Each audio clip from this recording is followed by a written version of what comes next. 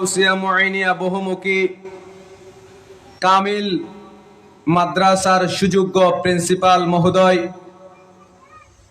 বিশেষ করে Azizia Kazemi complex trust বাংলাদেশের মান্যবর সম্মানিত চেয়ারম্যান এবং ইসলামী আরবি বিশ্ববিদ্যালয়ের মান্যবর সিন্ডিকেট সদস্য, আঞ্জুমানে কাদরিয়া চিশতিয়া আজিজিয়া বাংলাদেশের মান্যবর সভাপতি এবং গৌসে জামান মুর্শিদে বরহক তাজুল উলামা শামসুল উলামা হুজুর আল্লামা আজিজুল মিল্লতে ওয়াল হক আজিজুল মিল্লতে ওয়াদ্দিন উস্তাজুল মুহাদ্দিসিন গৌসে জামান বড় হুজুর কেবলা কর্তৃক প্রতিষ্ঠিত দরবারে কাদরিয়া চিশতিয়া আজিজিয়া আলিয়া শরীফের বর্তমান ফির সাহেব হুজুর কেবলা জানুশিনে আজিজুল মিল্লতে ওয়াদ্দিন পীরে তরিকত মুর্শিদে বরহক উস্তাজুল উলামা, আমাদের আপনাদের সকলের সুপরিচিত, আমাদের আপনাদের সকলের শ্রদ্ধাভাজন সৈয়দুনা শাহ সুফি অধ্যক্ষ আবুল ফরাহ মোহাম্মদ ফরিদ উদ্দিন আল কাদরি সাহেব কিবলা মুদ্দাজিলুল আলী, আজকের এই পবিত্র আজিমুশান এই শাহানশাহে মদিনা কনফারেন্সের সভাপতিত্ব করবেন। সকলে বলি আলহামদুলিল্লাহ। এবং মেহমান আলা হিসেবে তশরিফ আনবেন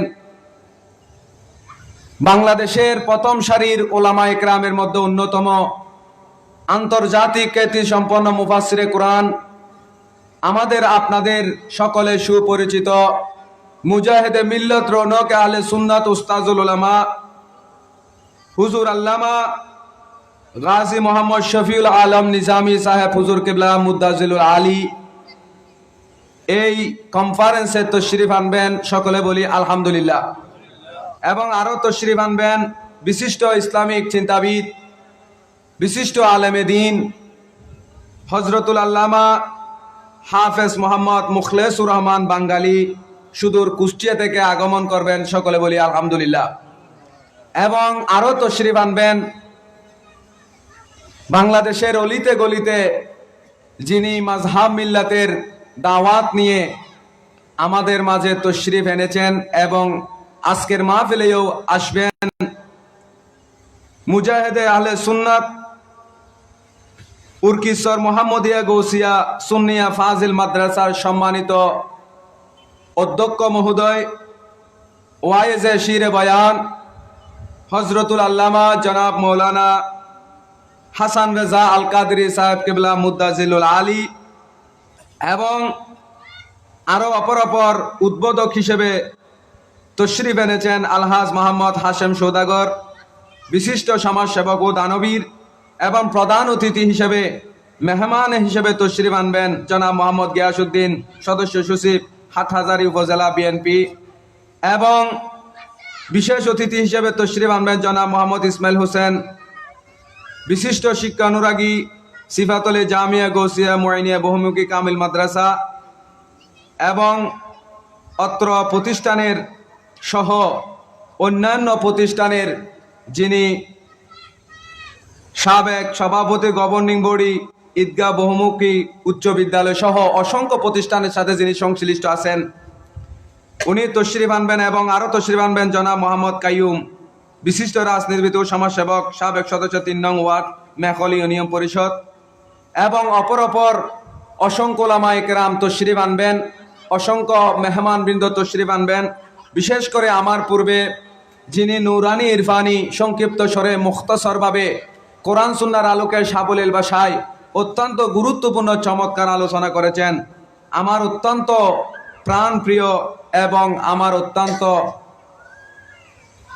হৃদয়ের স্থান পাওয়ার মতো একজন ব্যক্তিত্ব, যিনাকে আমি অত্যন্ত মহাব্বত করি, ভালোবাসি, হাফেজ মৌলানা মোহাম্মদ নিজামউদ্দিন কাদরি সাহেব মুদ্দাজিলুল আলী, উনি সুন্দর তকরির পেশ করেছেন। তো সর্বোপরি আজকের এই মাহফিলে যত সদস্য, সভাপতি থেকে শুরু করে সদস্য এবং অন্যান্য যারা সহযোগী হিসেবে আছে, এই মাহফিলের মধ্যে যারা হাজরিন নাজরিন, শাইদায়ানে শফিউল মুজনবিন এবং মাইকের আওয়াজ যতটুকু যাচ্ছে, বিশেষ করে মুরব্বিয়ানে আযম নওজোয়ান ভাইরা রহমানি ওয়া রাহমাকুমুল্লাহ, আসসালামু আলাইকুম ওয়া রাহমাতুল্লাহি ওয়া বারাকাতুহু। আল্লাহ পাকের দরবারে বেশুমার শুকরিয়া জ্ঞাপন করছি যে মালিকে মৌলা মৌলায়া হাকিকি আজকের পবিত্র এত আজিমুশান, এত রৌনক, এত চমৎকার, এত বরকতমণ্ডিত একটা মাহফিলে আমরা যে আসতে পেরেছি তার শুকরিয়া তান একবার বলি আলহামদুলিল্লাহ। এবং সাথে সাথে রসুল পাক সাহেবে লোলাক সাহেবে আলম নসরা আল্লাহর মাহবুব দানাই গুয়ুব সাল্লাল্লাহু আলাইহি সাল্লামার দরবারে অসংখ্যবার দুরূদ শরীফের নজরানা পেশ করছি। মহান রব্বুল ইজ্জত সকলের পক্ষ থেকে কবুল আর মঞ্জুর করুক, সকলে বলি আমিন। তো আমি আজকের এই মাহফিলে সর্বপ্রথম আপনাদের শুকরিয়া আদায় করছি যারা এত সুন্দর মাহফিল সাজিয়েছেন, টাকা দিয়ে, পয়সা দিয়ে, অর্থ দিয়ে, বুদ্ধি দিয়ে, শ্রম দিয়ে, শারীরিক মানসিকভাবে যারা এই মাহফিলের পিছনে আঞ্জাম দিয়েছেন, এবং আপনারা যারা আজকে নবীর মহাব্বতে, নবীর ভালোবাসায় কোরআন সুন্নাহর বয়ান শোনার জন্য দূর দূরান্ত থেকে আপনারা গুরুত্বপূর্ণ সময় ব্যয় করে অসংখ্য সামিনে আযম আপনারা যারা উপস্থিত হয়েছেন, আমি সর্বপ্রথম মহান রব্বুল ইজ্জতের দরবারে আপনাদের শুকরিয়া আদায় করতেছি, সকলে বলি আমিন। তাহলে আজকের এই মাহফিল যুগ যুগ ধরে হয়ে আসতেছে। আজকে এই মাহফিল 13তম আয়োজনের মধ্যে আমরা এসেছি, সকলে বলি আলহামদুলিল্লাহ। তাহলে এই মাহফিল, এই কনফারেন্স যারা করেছিলেন, অনেক মানুষ দুনিয়ার মধ্য থেকে বিদায় নিয়েছেন। অনেক মানুষ গত বছর আমাদের সাথে ছিল, কিন্তু এই বছর আমাদের সাথে নাই। এরা কোথায়? আল্লাহ সুবহানাহু ওয়া তাআলা মানব জাতিকে এমন ভাবে দুনিয়ার মধ্যে পাঠিয়েছেন যে দুনিয়ার মধ্যে আসতে পারে, চিরস্থায়ী ভাবে থাকতে পারবে না। সেটা যে হোক না কেন, সে যতই বড় শক্তিশালী, যতই বড় ক্ষমতাবান ব্যক্তিবর্গ হোক না কেন, আল্লাহ সুবহানাহু ওয়া তাআলা এমন নিজাম দিয়েছেন, এমন নিয়ম নীতি আল্লাহ নির্ধারণ করে দিয়েছেন, এই দুনিয়ার জমিনে বান্দা আসতে পারবে কিন্তু চিরস্থায়ীভাবে থাকতে পারবে না। এই জন্য আল্লাহ সুবহানাহু ওয়া তাআলা পবিত্র কোরআনুল করিমের মধ্যে দুনিয়ার হায়াতকে বৃষ্টির পানির মতো বলেছেন। জোরে বলো না সুবহানাল্লাহ। কেন বৃষ্টির পানির মতো বলেছেন? বৃষ্টি যখন আল্লাহ নাজিল করে তখন দুনিয়ার কোনো মানুষের এমন কোনো শক্তি নাই যে বৃষ্টির পানিকে বাধা দিয়ে রাখতে পারবে। এমন কোনো শক্তি বন্দাকে আল্লাহ দেয় নাই যে আসমানের বৃষ্টির পানি বন্ধ করে রাখতে পারবে। এই জন্য আল্লাহ সুবহানাহু ওয়া তাআলা বলছেন, ইন্নামা মাসালুল হায়াতিদ দুনিয়া কামাইন আনজালনাহু মিনাস সামা। ওগো বান্দা, তোমাদেরকেও যে হায়াত দিয়েছি সেই হায়াত একদিন শেষ হয়ে যাবে, কিন্তু সেই দিন তোমার কোনো শক্তি, তোমার কোনো সম্পদ, তোমার কোনো টাকা পয়সা, আত্মীয় স্বজন, কোনো ছেলে সন্তান তোমাকে মৃত্যুর হাত থেকে বাধা দিয়ে রাখতে পারবে না। কারণ আল্লাহ সুবহানাহু ওয়া তাআলা আমাদেরকে দুনিয়ার মধ্যে পাঠিয়েছেন ক্ষণস্থায়ী হিসেবে, চিরস্থায়ী হিসেবে। আমাদেরকে আল্লাহ সুবহানাহু ওয়া তাআলা পাঠাননি বিদায় দুনিয়ার মানুষকে আল্লাহ সতর্ক করতে গিয়ে দুনিয়ার হায়াতকে বৃষ্টির পানির মতো বলেছেন। জুড়ে বলুন না সুবহানাল্লাহ। এই সামান্য হায়াত নিয়ে আজকে আমরা কত কিছুই না করি। আমরা আল্লাহ এবং রসুলের ইয়াদগারি থেকে দূরে থাকি। আমরা কখনো চিন্তা করি না যে আমরা কোথায় ছিলাম, আমরা কোথায় আসছি এবং কোথায় যাব। এই চিন্তা করা দরকার আছে না নাই? আরে বলেন না, আছে না নাই? আছে। এই জন্য যে ইমানদার দুনিয়ার মধ্যে থাকতে, হায়াত থাকতে, হায়াতে দুনিয়াবিতার মধ্যে যারা আখিরাতের কথা চিন্তা করবে, তারা দুনিয়ার মধ্যে সফল কাম হবে, আখিরাতের মধ্যেও কি হবে? আরে বলেন না, কি হবে? সফল কাম হবে। এই জন্য আল্লাহ সুবহানাহু ওয়া তাআলা আমাদেরকে দুনিয়ার মধ্যে পাঠিয়েছেন শুধুমাত্র আল্লাহর ইবাদত করার জন্য। আল্লাহর ইবাদত করার জন্য আমাদেরকে আল্লাহ সুবহানাহু ওয়া তাআলা দুনিয়ার মধ্যে পাঠিয়েছেন। তো আমরা যদি আল্লাহর ইবাদত করি, রসুল পাকের অনুসরণ করি, তাহলে আমাদের মধ্যে আর কোনো দুশ্চিন্তা থাকতে পারে না। আমাদেরকে গাইডলাইন করার জন্য আল্লাহ সুবহানাহু ওয়া তাআলা যুগে যুগে কালে কালে অসংখ্য নবী রাসূল দুনিয়ার মধ্যে পাঠিয়েছেন এবং আমরা সৌভাগ্যবান, আমরা উম্মতে মুহাম্মদী, আমরা এতই বড় ভাগ্যবান যে রাসূল পাক সাহেবে লাউলাক সাল্লাল্লাহু আলাইহি সাল্লামা সৈয়দুল মুরসালিন রহমাতুল লিল আলামিন নবীর উম্মত আমাদেরকে বানিয়েছেন। এটার চেয়ে সৌভাগ্য আমাদের জন্য দ্বিতীয় একটা হতে পারে না। আল্লাহ বলছেন, মাহবুব আমি আপনাকে দুনিয়ার মধ্যে পাঠিয়েছি কেন? মানব জাতিকে অন্ধকার থেকে আলোর দিকে আনার জন্য। জুড়ে বলুন না সুবহানাল্লাহ। অন্ধকার থেকে আলোর দিকে আনার জন্য আল্লাহ সুবহানাহু ওয়া তাআলা পবিত্র কোরআনুল কারীমে সূরা ইব্রাহিম শরীফের ১ম নম্বর আয়াতে বলেছেন, মাহবুব আমি আল্লাহ আপনার প্রতি কোরআন নাযিল করেছি। আনজালনাহু ইলাইকা লিতুখরিজান নাসা মিনাজ যুলুমাতি ইলা নূর। মাহবুব আপনার প্রতি আমি কোরআন নাযিল করেছি যাতে আপনি কোরআনের আলোর মাধ্যমে আপনি মাহবুব নবী আপনার উম্মতদেরকে, আমি আল্লাহর বান্দাদেরকে যাতে কুফরি থেকে বের করে আপনি যেন ঈমানের পথে আনতে পারেন। জুড়ে বলুন না সুবহানাল্লাহ। এই জন্য কেউ রাসূল পাক সাল্লাল্লাহু আলাইহি ইসলামের আদর্শকে যদি লালন করে, কেউ যদি রাসূল পাককে অনুসরণ করে, তাহলে সে ব্যক্তি কখনো পথভ্রষ্ট হবে না। এই জন্য আল্লাহ সুবহানাহু ওয়া তাআলা পবিত্র কোরআনুল কারীমে বলেছেন, আতিউল্লাহ ওয়া আতিউর রাসূল। জুড়ে বলুন না সুবহানাল্লাহ। আল্লাহ কি বলেছেন? আতিউল্লাহ ওয়া আতিউর রাসূল। তোমরা আল্লাহকে অনুসরণ করো, রাসূলকেও অনুসরণ করো। এখন প্রশ্ন হলো যে আল্লাহকে তো আমরা দেখি না, আমরা অনুসরণ করব কিভাবে? আল্লাহকে কিভাবে অনুসরণ করব?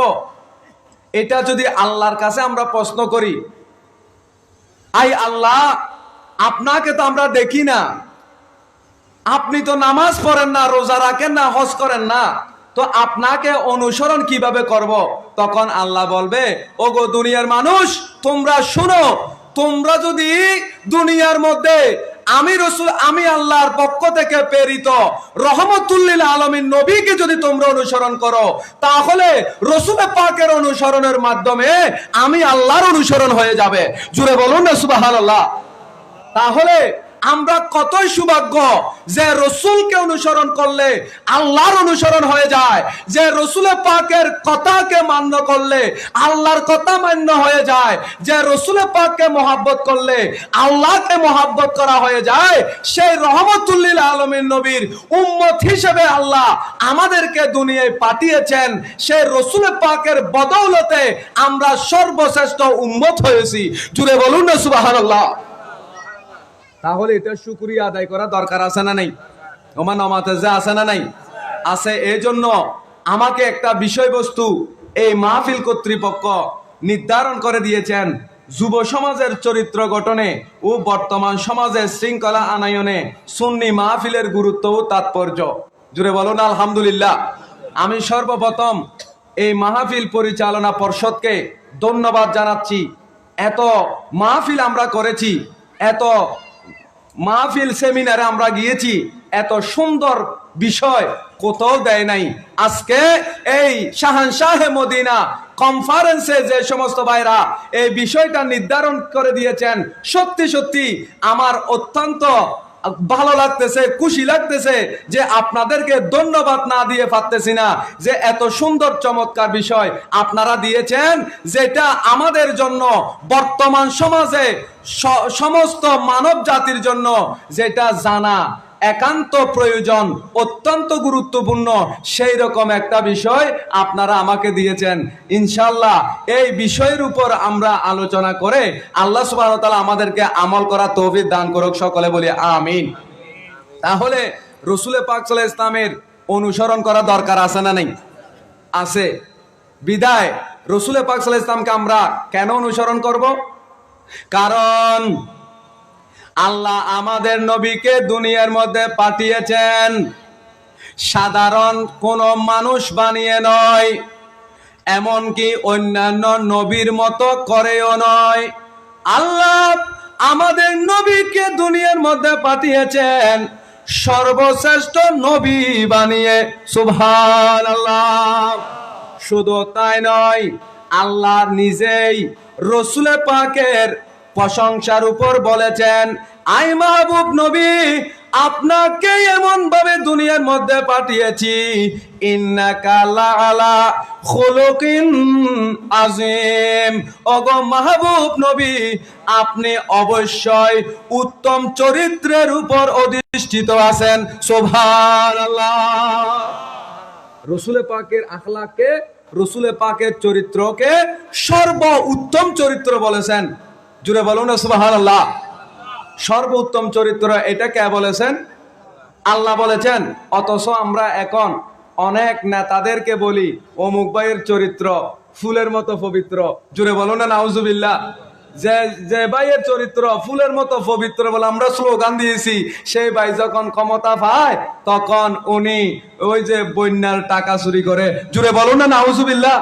সে ত্রাণের টাকা চুরি করে, সে মদদি, সে অবৈধ কাজের মধ্যে লিপ্ত থাকে। আমরা ওনাকে বলতে থাকি যে অমুক ভাইয়ের চরিত্র ফুলের মতো পবিত্র। নয়, স্বয়ং আল্লাহ বলতেছে, মাহবুব আপনার উপরে কোনো চরিত্র নাই। দুনিয়ার সর্বশ্রেষ্ঠ, দুনিয়ার সবচেয়ে বেশি সৌন্দর্য যে চরিত্র, সেই চরিত্রের উপর আপনি রসুলে পাক আছেন এবং কিয়ামত পর্যন্ত থাকবেন। এটা আপনি মাহবুব নবীর জন্য একটা শান। জুড়ে বলুন না সুবহানাল্লাহ। যে নবীর চরিত্রের প্রশংসা স্বয়ং আল্লাহ করেছেন, আমরা সেই নবীর উম্মত। জুড়ে বলুন না সুবহানাল্লাহ। এখন আমরা যদি একটু খেয়াল করি, আল্লাহ বলছেন ইন্নাকা লাআলা খুলুকিন আযীম। মাহবুব আপনি উত্তম চরিত্রের উপর অধিষ্ঠিত। এখানে রসুল পাক সাল্লাল্লাহু আলাইহি সাল্লাম কি চরিত্রের কারণে দামি হয়েছে, না চরিত্র রসুল পাকের কারণে দামি হয়েছে? রসুল পাক সাল্লাল্লাহু আলাইহি সাল্লাম এটা চরিত্রের কারণে দামি হয় নাই। আল্লাহ বলতেছে, মাহবুব আপনি চরিত্রের, উত্তম চরিত্রের উপরে অধিষ্ঠিত আছেন। তাহলে বোঝা গেল রসুল পাক সাল্লাল্লাহু আলাইহি সাল্লাম রসুল হিসেবে, রসুল পাক সাল্লাল্লাহু আলাইহি সাল্লাম নবী হিসেবে সর্বশ্রেষ্ঠ। রসুল পাক সর্বশ্রেষ্ঠ হওয়ার কারণে রসুল পাকের যে আদর্শ, সেই আদর্শ সর্বশ্রেষ্ঠ। জুড়ে বলুন না সুবহানাল্লাহ। এজন্য রসুল পাকের মর্যাদা চরিত্রেরও উপরে। জুড়ে বলুন না সুবহানাল্লাহ। এখন যদি আমি আপনাকে বলি যে জায়েদ ছাদের উপর আছে, জায়েদ কিসের উপর? ছাদের উপর। তাহলে জায়েদ ছাদের উপরে, ছাদ কিন্তু জায়েদের নিচে। তাহলে বোঝা গেল ছাদের চেয়ে জায়েদের দাম বেশি। এই জন্য আল্লাহ বলছেন, মাহবুব ইন্নাকা লাআলা খুলুকিন আযীম, উত্তম চরিত্রের উপরে আপনি নবীর শান। জুড়ে বলুন না সুবহানাল্লাহ। রসুল পাকের কারণে চরিত্র দামি হয়েছে, আদর্শ দামি হয়েছে। রসুল পাকের আদর্শ কেমন ছিল সেটা আমি কেন বলবো? যিনি রসুল পাকের 10 বছর খেদমত করেছেন, হযরতে আনাস ইবনে মালিক রাদিয়াল্লাহু তাআলা আনহু, ইনি বলতেছেন, আমি আনাস ইবনে মালিক 10 বছর পর্যন্ত রসুল পাকের খেদমত করেছি। 10 বছর খেদমত করার কারণে আনাস ইবনে মালিক রাদিয়াল্লাহু তাআলা আনহুকে খাদেমুর রাসূল বলা হয়। কি বলা হয়? খাদেমুর রাসূল, মানে রসুলের খাদেম, রসুল পাকের গোলাম। জুড়ে বলুন না সুবহানাল্লাহ। আজকে তো অনেকে রসুল পাকের গোলাম এটা বলতে চায় না। বলছে কেন? বলছে এটা বললে তো শিরিক হয়ে যাবে। জুড়ে বলুন না নাউজুবিল্লাহ। তো রসুল পাকের গোলাম এটা বললে যদি শিরিক হয়ে যায়, তো আনাস ইবনে মালিক রাদিয়াল্লাহু তাআলা আনহুকে তো খাদেমুর রাসূল বলা হয়। তো খাদেম মানে কি? গোলাম। তো আনাস ইবনে মালিক রাদিয়াল্লাহু তাআলা আনহুকে যদি গোলামে রাসূল, খাদেমুর রাসূল বলে শিরিক না হয়, তাহলে দুনিয়ার মধ্যে কোন বান্দাকে, কোন আল্লাহর ওলিকে যদি কেউ গোলামে রাসূল বলে, আব্দুল মুস্তাফা বলে, এটা শিরিক হবে কেন? জুড়ে বলুন না সুবহানাল্লাহ। গোলামে রাসূল হওয়া এটা তো ইমানদারের বৈশিষ্ট্য। কারণ মুস্তাফার গোলামির চাইতে বড় ইবাদত, মুস্তাফার গোলামির চাইতে বড় বাদশাহী আসমানের নিচে জমিনের ঊর্ধ্বে আর একটা হতে পারে না। অথচ যারা গোলামে রসুল আব্দুল মুস্তাফা এটা বললে শিরিক বলে, তাদেরকে যদি বলা হয় হুজুর আপনি একটা মুজাফে ইলাইর একটি উদাহরণ দেন তো, আরবিতে মুজাফে ইলাই আছে না নাই? ওনাকে যদি বলি যে মুজাফে ইলাইর একটি উদাহরণ দাও, সে বলে দিবে গোলামু জাইদিন। কি বলবে? গোলামু জাইদিন। তো জায়েদের গোলাম, তো জায়েদের গোলাম বললে যদি শিরিক না হয়, তাহলে রাসূল পাকের গোলাম বলে শিরিক হবে কেন? জুড়ে বলুন না নাউজুবিল্লাহ। এই জন্য আজকে রহমতুল লিল আলামিন নবী পাকের নামে কনফারেন্স, শাহনশাহে মদিনা কনফারেন্স প্রত্যেকটা সমাজের মধ্যে, বাংলাদেশের মধ্যে কেন প্রয়োজনীয়তা দেখা দিয়েছে? কারণ এই শাহনশাহে মদিনা কনফারেন্সের মাধ্যমে রাসূল পাকের আদর্শ মানুষ জানতে পারবে, শিখতে পারবে। জুড়ে বলুন না সুবহানাল্লাহ।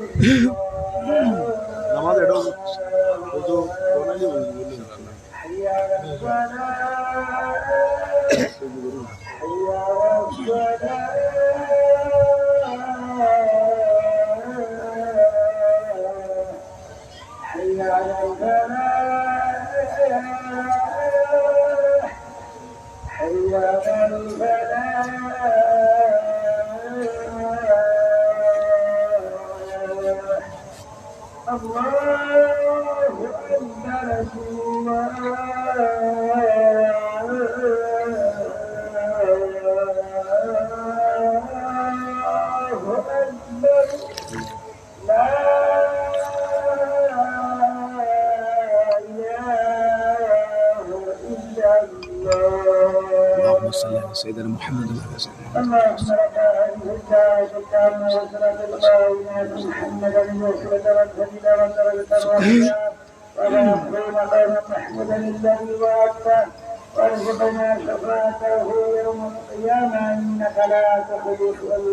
صلاة يا رسول الله عليكم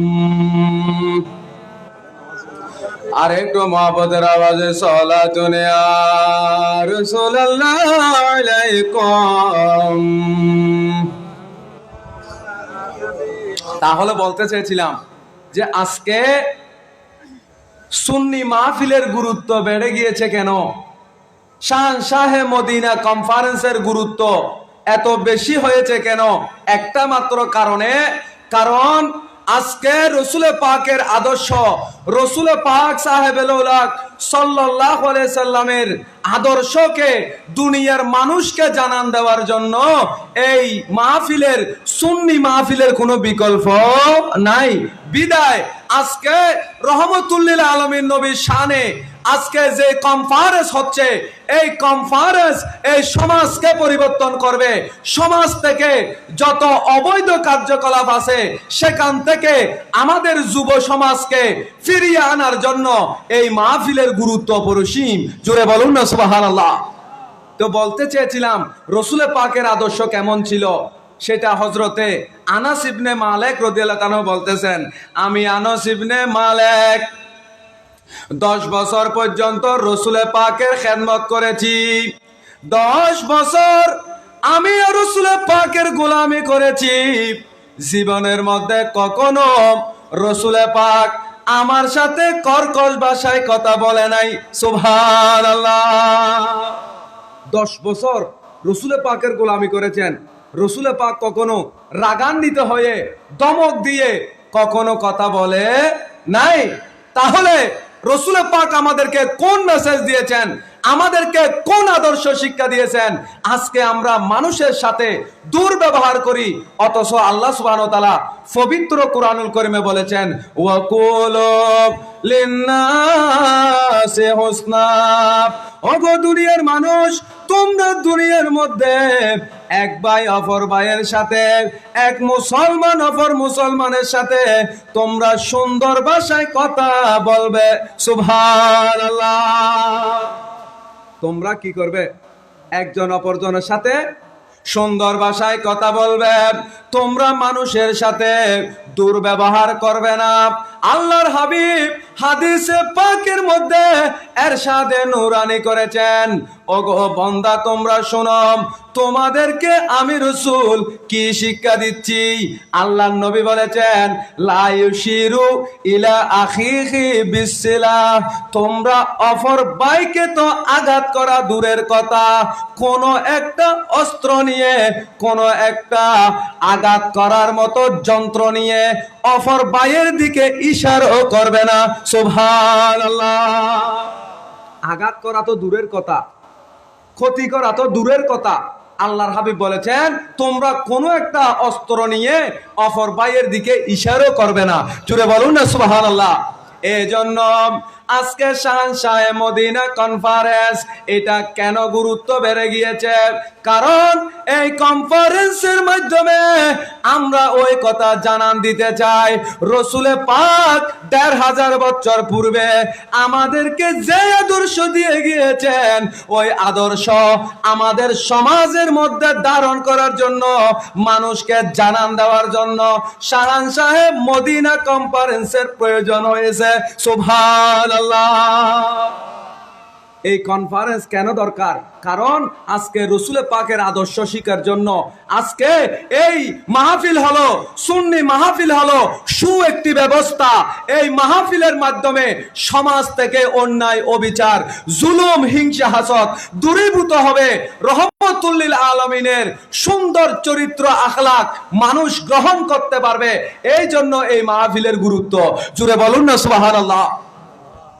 রসুল পাক সাল্লাল্লাহু আলাইহি ওয়াসাল্লাম দুনিয়ার মধ্যে আগমন করেছেন, যে সময় রহমতুল লিল আলামিন নবী মক্কা শরীফের মধ্যে তশরিফ এনেছিলেন, সেই সময় রসুল পাক সাল্লাল্লাহু আলাইহি ওয়াসাল্লামের বিরুদ্ধে সমস্ত কাফেরেরা আঙ্গুল তুলেছিল। রসুল পাক সাল্লাল্লাহু আলাইহি ওয়াসাল্লামের প্রতি তারা বিদ্বেষ রেখেছিল, যে তারা রসুল পাক সাল্লাল্লাহু আলাইহি ওয়াসাল্লামকে মিথ্যা অপবাদ দিয়ে তারা রসুল পাকের বিরুদ্ধে দাঁড়িয়েছিল। কিন্তু সমস্ত জাহালতকে, সমস্ত অন্ধকারকে রহমতুল লিল আলামিন নবী মোকাবেলা করেছেন একমাত্র আদর্শ দিয়ে। জুড়ে বলুন না সুবহানাল্লাহ। রসুল পাক সমস্ত অন্যায় অবিচারের মোকাবেলা করেছেন কি দিয়ে? আদর্শ দিয়ে। ইসলাম কিয়ামত পর্যন্ত প্রতিষ্ঠিত থাকবে। এই দিন ইসলাম তরবারির জোরে প্রতিষ্ঠিত হয় নাই, রহমতুল লিল আলামিন নবীর আদর্শের কারণে এই ইসলাম প্রতিষ্ঠিত হয়েছে। কিয়ামত পর্যন্ত যারা এই আদর্শের উপর থাকবে তারা কখনো পথভ্রষ্ট হবে না। রসুল পাকের আদর্শ কেমন ছিল? উম্মুল মুমিনিন হযরতে মা আয়েশা সিদ্দিকা তাহেরা আফিফা রাদিয়াল্লাহু তাআলা আনহার কাছে সাহাবায়ে কেরাম গিয়ে প্রশ্ন করলেন, ইয়া রাসূলুল্লাহ, রসুল পাকের চরিত্র কেমন ছিল? রসুল পাকের আদর্শ কেমন ছিল? হযরতে উম্মুল মুমিনিন আয়েশা সিদ্দিকা তাহেরা রাদিয়াল্লাহু তাআলা আনহা এরশাদে নূরানি করেছেন, উনি বয়ান করেছেন, তোমরা যদি রসুল পাকের আদর্শ দেখতে চাও, তোমরা যদি রসুল পাকের আদর্শ কেমন ছিল জানতে চাও, উনি বলতেছেন কানা খুলুকুহুল কোরআন, আমার নবীর চরিত্র মানি হুবহু কোরআনের মতো। সুবহানাল্লাহ। রসুল পাকের আদর্শ কিসের মতো? কোরআনের মতো। তার মানে আমার নবী হচ্ছে প্র্যাকটিক্যাল কোরআন। কোরআনের মধ্যে আল্লাহ যেভাবে বলেছেন আমার নবীর আদর্শ সেইভাবে। সুবহানাল্লাহ। এজন্য রাসূল পাককে যারা অনুসরণ করেছে কেউ কেউ হযরতে সিদ্দিক আকবর হয়েছে, কেউ কেউ ফারুক আজম হয়েছে, কেউ কেউ উসমান জুন নুরাইন হয়েছে, কেউ কেউ শের খুদা আলী হয়েছে। কিয়ামত পর্যন্ত যারা রাসূল পাকের আদর্শকে লালন করবে তারা দুনিয়ার মধ্যে সম্মানিত, আখিরাতের মধ্যেও সম্মানিত। সুবহানাল্লাহ। রাসূল পাকের আদর্শ ধারণ করা দরকার আছে না নাই? রাসূল পাকের আদর্শ কেমন ছিল? স্বয়ং আল্লাহ নিজে বলেছেন, লাকাদ কানা লাকুম ফি রাসূলিল্লাহি উসওয়াতুন হাসানা। আল্লাহ বলছেন, ও মানব জাতি, তোমাদের জন্য রাসূল পাকের মধ্যে সর্ব উত্তম চরিত্র রেখেছি। সুবহানাল্লাহ। আল্লাহ বলছেন, বান্দা, তোমাদের জন্য রাসূল পাকের মধ্যে উত্তম চরিত্র রেখেছি, তোমরা রাসূল পাককে অনুসরণ করো। রাসূল পাককে অনুসরণ করলে আমি আল্লাহর অনুসরণ হয়ে যাবে। জুড়ে বলুন না সুবহানাল্লাহ। এই জন্য আল্লাহর হাবিব দুনিয়ার মধ্যে এসে আমাদেরকে শিক্ষা দিয়েছেন, ও দুনিয়ার মানুষ, তোমরা যদি দুনিয়ার হায়াতকে কামিয়াবি করতে চাও, তোমরা যদি আখিরাতের হায়াতকে কামিয়াবি করতে চাও, তাহলে তোমরা আমি রাসূলকে অনুসরণ করো। কাকে অনুসরণ করো? ইন কুনতুম তুহিব্বুনাল্লাহ ফাত্তাবিউনি। তোমরা যদি আল্লাহকে ভালোবাসতে চাও, তোমরা যদি আল্লাহকে ভালোবাসো, তাহলে আমি রাসূলকে অনুসরণ করো। কারণ যে ব্যক্তি আমি রাসূলকে অনুসরণ করবে, ওই ব্যক্তি স্বয়ং আল্লাহকে অনুসরণ করতে পারবে। সুবহানাল্লাহ। যিনি রাসূলকে অনুসরণ করে সে ব্যক্তি আল্লাহকে অনুসরণ করে। রাসূল পাকের অনুসরণ সেটা আল্লাহর অনুসরণ, আল্লাহকে অনুসরণ এটা রাসূল পাকের অনুসরণ হতে পারে না। কারণ আল্লাহকে তো অনুসরণ করা যায় না, আল্লাহকে তো দেখা যায় না, আল্লাহ তো গায়েব, আল্লাহকে কিভাবে অনুসরণ করবে? তাহলে বোঝা গেল রাসূলকে যারা অনুসরণ করে সত্যি সত্যি সেই ব্যক্তি রাসূলকে অনুসরণ করে নাই, স্বয়ং আল্লাহকে অনুসরণ করেছে। জুড়ে বলুন না সুবহানাল্লাহ। সেই রাসূল পাকের আদর্শের কথা বলবে কারা? এই মাহফিলে আলেম উলামারা বলবে। এই আলেম উলামাদের মধ্যেও আজকে অনেকে রাসূল পাকের শানে বেয়াদবি করতেছে, রাসূল পাকের শানে গোস্তাহি করতেছে। এইরকমও আছে না নাই? এই জন্য প্রত্যেক মাহফিলে বসা যাবে না, প্রত্যেক মাহফিলে চাঁদা দেওয়া যাবে না, প্রত্যেক মাহফিলে যাওয়া যাবে না, প্রত্যেক মাহফিল শোনা যাবে না। কারণ কি? কারণ কোরআন হাদিস এক হলেও, রাসূল পাক এক হলেও, কাবা এক হলেও ঈমানের মধ্যে কিন্তু ভিন্নতা আছে। জুড়ে বলুন না সুবহানাল্লাহ। ঈমানের মধ্যে কি আছে? ভিন্নতা আছে। কারণ ঈমান তো দেখা যায় না। সবাই তো ভালো কথা বলতেছে।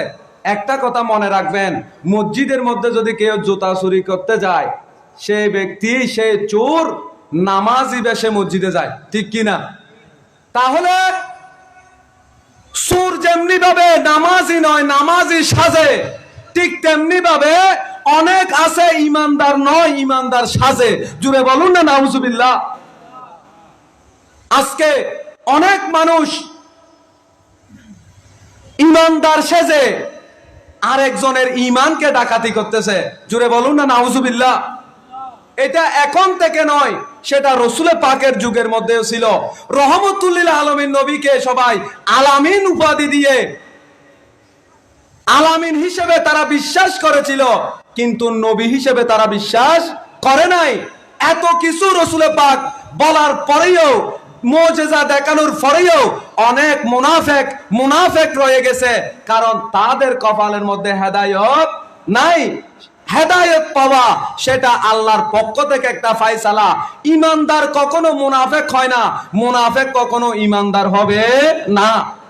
দুনিয়ার মধ্যে মুনাফিক হেদায়েত হয়েছে এইরকম কোনো নজির নেই। মুনাফিকরা গাদ্দারি করে জাহান্নামে গিয়েছে, এটা প্রমাণ আছে। কিন্তু ঈমানদার হলে সেই ব্যক্তি কখনো রাসূল পাক সাল্লাল্লাহু আলাইহি ওয়াসাল্লামের শানে কখনো বেয়াদবি করতে পারে না। রহমতুল লিল আলামিন নবী দুনিয়ার মধ্যে আগমন করে আমাদেরকে কি শিক্ষা দিয়েছেন? রাসূল পাক বলেছেন, ও ওগো দুনিয়ার মানুষ, তোমরা যদি দুনিয়ার মধ্যে কেউ যদি জর্রা পরিমাণ কোনো আমল করো, তোমরা যদি জর্রা পরিমাণ কোনো আমল করো, আমি রসুলে পাক তোমাদের আমল নামাগুলি রোজা শরীফ থেকে সচক্ষে দেখতে পাই। সুবহানাল্লাহ। রসুলে পাক বলতেছেন, তোমরা যদি একটা জর্রা পরিমাণ আমলও করো, তোমাদের আমলগুলো আমি রসুল দেখতে পাই। আল্লাহর হাবিব বলেছেন, তোরাদু আলাইয়া, দুনিয়ার মানুষ তোমরা কে কি আমল করতেছো, সমস্ত আমল নামা আমি রসুল পাকের কাছে পেশ করা হয়। আমি রসুলের কাছে কি করা হয়? আজকে সকাল থেকে আমরা কি করেছি এটা আমাদের মনে আছে? মনে আছে নাকি? নাই। অথচ আজকে একদিনের কথা, একদিনের আমলের কথা আমাদের মনে নাই। কিন্তু রসুলে পাক বলতেছে, দুনিয়ার সমস্ত মানুষের আমল নামা আমি রসুলে পাকের কাছে পেশ করা হয়। আমি রসুলে পাক যখন বন্দা তোমাদের আমল নামার মধ্যে কোনো একটা মন্দ আমল দেখি, রায়তু শাররা, আমি যখন তোমাদের আমল নামার মধ্যে মন্দ আমল দেখি, আমি রসুল বসে থাকি না, ফাস্তাগফারতুল্লাহ লাকুম, তোমাদের জন্য তোমাদের পক্ষ হয়ে আল্লাহর দরবারে ক্ষমা প্রার্থনা করি। সুবহানাল্লাহ। আমাদের মন্দ আমল যখন রসুল পাক দেখতে পায়, তখন রসুল পাক কি করে? আমাদের পক্ষ হয়ে আল্লাহর দরবারে দোয়া করে, আল্লাহর দরবারে আমাদের গুনাহ ক্ষমা চায়। রসুল পাক সাল্লাল্লাহু আলাইহি সাল্লাম 63 বছর হায়াতে দুনিয়াবি উম্মতের তরে কান্নাকাটি করেছেন, এখনো রোজা শরীফের মধ্যে কাঁদতেছেন, কিয়ামত পর্যন্ত কাঁদবেন। আজকে সেই নবীর উম্মত হওয়ার পরেও আমরা রসুল পাকের আদর্শ গ্রহণ করি না, যার কারণে মানুষের উপর আফত বিপদ আল্লাহর পক্ষ থেকে গজব নাজিল হয়। জুড়ে বলুন না নাউজুবিল্লাহ। রহমতুল লিল আলামিন নবী, উনি কেমন রহমত উম্মতের জন্য, যিনি কান্নাকাটি করতেছে, কিয়ামত পর্যন্ত কান্নাকাটি করবে। আল্লাহর হাবিব বলেছেন, তোমাদের আমল নামার মধ্যে যখন আমি রসুলে পাক ভালো আমলগুলো দেখি, ফাহামিদুল্লাহ লাকুম, আমি তোমাদের পক্ষ হয়ে আল্লাহর দরবারে শুকরিয়া আদায় করি। জুড়ে বলুন না সুবহানাল্লাহ। তাহলে এমন রসুলে পাকের উম্মত হয়ে আমরা যদি রসুলে পাকের আদর্শ থেকে বিচ্যুত হই, তাহলে আমাদের মতো বেয়াফা আর কেউ হতে পারে না। এই কারণে রহমতুল লিল আলামিন নবী, উনি কেমন নবী, যে নবী সদা সর্বদা প্রত্যেকটা মুহূর্ত উম্মতের তোরে কান্নাকাটি করে। সুবহানাল্লাহ। এজন্য আলা হযরত আজিমুল বরকত, ইমাম ইশকে মোহাব্বত, ওয়াকিফ আসসারে হাকিকত, আলেমে শরীয়ত, মুফতি আলে সুন্নাত, শাহ ইমাম আহমদ রেজা খা ফাজিলে বেরেলভী, মুহাদ্দিসে বেরেলভী রহমাহুল বারি বলতেছে, ও আল্লাহ, এখনো কি জাহান্নামের আগুন নিভে যায় নাই? আল্লাহ, এখনো কি জাহান্নামের আগুন ঠান্ডা হয়ে যায় নাই? যেহেতু রহমতুল লিল আলামিন নবী এখনো চোখের পানি ছাড়তে ছাড়তে দরিয়া সম পরিমাণ পানি ছাড়তেছে। সুবহানাল্লাহ। রসুলে পাকের চোখের পানিতে তো সাগর হয়ে গেছে। আই আল্লাহ, এখনো কি জাহান্নামের আগুন নিভে যায় নাই? জাহান্নামের আগুন কি এখনো ঠান্ডা হয় নাই? জুড়ে বলো না সুবহানাল্লাহ। মেরে করিম সে গর কতরা কিসি নে মাঙ্গা। জুড়ে বলবেন না সুবহানাল্লাহ। রহমতুল লিল আলামিন নবী উম্মতদেরকে এমন ভাবে দেয়, যে এমন ভাবে দান করে যে এক ফোঁটা চাইলে দরিয়া বাহা দেয়, দরিয়ার সমান দেয়। রসুলের পাক যাকে একবার দেয়, কিয়ামত পর্যন্ত আর কারো কাছে চাইতে হয় না। মেরে করিম সে গর কতরা কিসি নে মাঙ্গা, দরিয়া বাহা दिए हैं दुर्बेबा दिए हैं, उनकी महक ने दिल के गुमचे किला दिए हैं। चुरे बोलना सुभान अल्लाह। अल्लाह क्या जहन्नम अभी नसरद होगा, अल्लाह क्या जहन्नम अभी नसरद होगा, रो रो के मुस्तफा ने, रो रो के मुस्तफा ने दरिया बहा दिए हैं, उनकी महकिने दिल के गुंचे खिला दिए हैं। আসসালামু আলাইকুম ওয়া রাহমাতুল্লাহি ওয়া বারাকাতুহু। এশারের নামাজও যথেষ্ট সময় আছে, আধা ঘন্টা দেরি হলে কি